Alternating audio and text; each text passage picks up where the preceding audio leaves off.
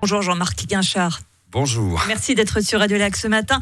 Une majorité de députés donc de la commission législative que vous présidez avait appelé il y a 2 semaines le Conseil d'État à rouvrir les magasins. Ce n'est pas le cas, mais il y a eu la réouverture de services à la personne.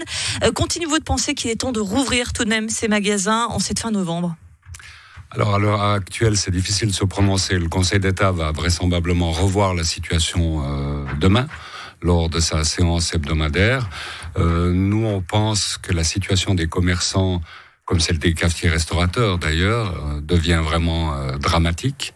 On n'était pas persuadé qu'il y avait des foyers d'infection très précisément dans les commerces, mais en réalité, c'est le fait que les gens se déplacent, sortent de chez eux, flânent dans les rues et puis s'agglutinent devant des vitrines qui peut être un moyen de transmission assez rapide du virus.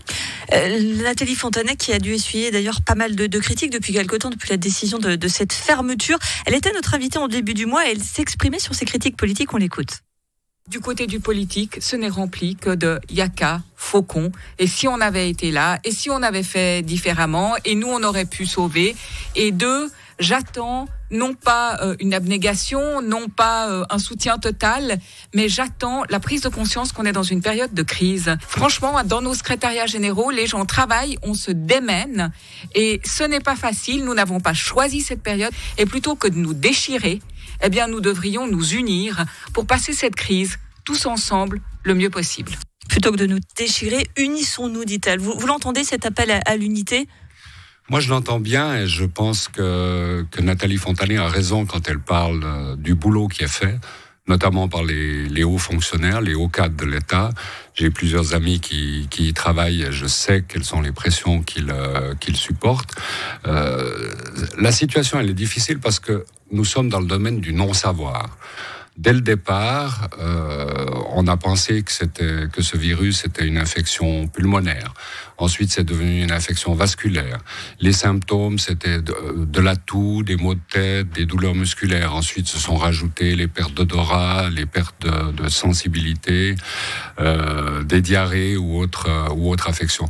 Et chaque fois, on entendait des experts qui disaient oui, c'est pas ça. Il y avait des experts qui se contredisaient systématiquement. Donc, si je me mets à la place du politique qui s'appuie sur des avis d'experts médicaux, c'est pas une situation très facile et c'est vrai que on devrait être constructif et puis essayer de soutenir les actions du Conseil d'État, même si on peut avoir un œil critique sur ce qui est fait. Mais justement, cet œil critique, est-ce que le Grand Conseil a vraiment l'impression qu'il est un peu mis sur la touche de manière plus ou moins consciente d'ailleurs ?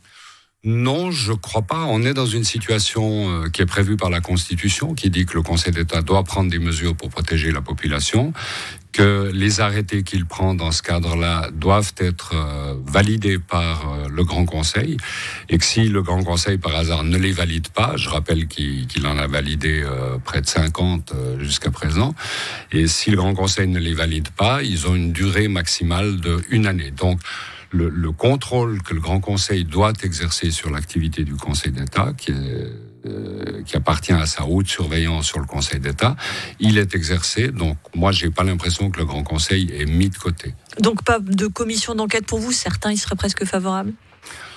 Alors écoutez, les commissions d'enquête, c'est toujours un jouet. Quand on voit les résultats que les dernières commissions d'enquête ont donnés, c'est assez pauvre.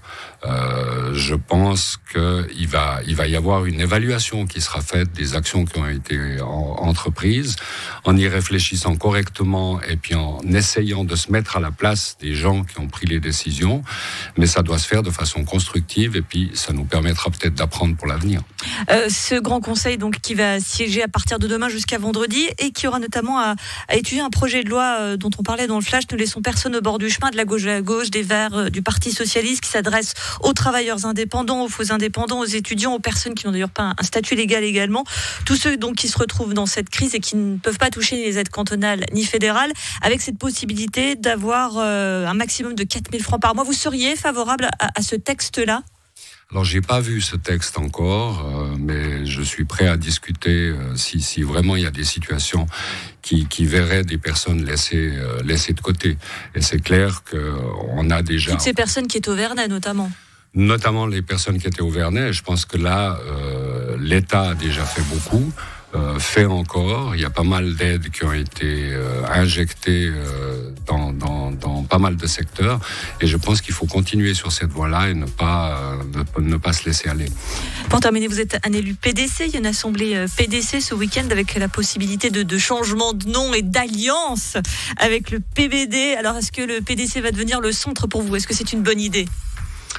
Ouais, écoutez, j'ai pas d'état d'âme par rapport à ça. Moi, quand je dis que je suis démocrate chrétien, le terme de chrétien, ça m'indispose pas du tout. C'est toute notre culture occidentale qui est représentée dans ce mot-là, donc il me gêne pas. Donc pas de changement de nom ? J'ai voté oui. On a bien une position centriste sur la question. Merci Jean-Marc Guinchard, président de la commission législative du Grand Conseil. Merci d'avoir été sur Radio Lac ce matin. Merci.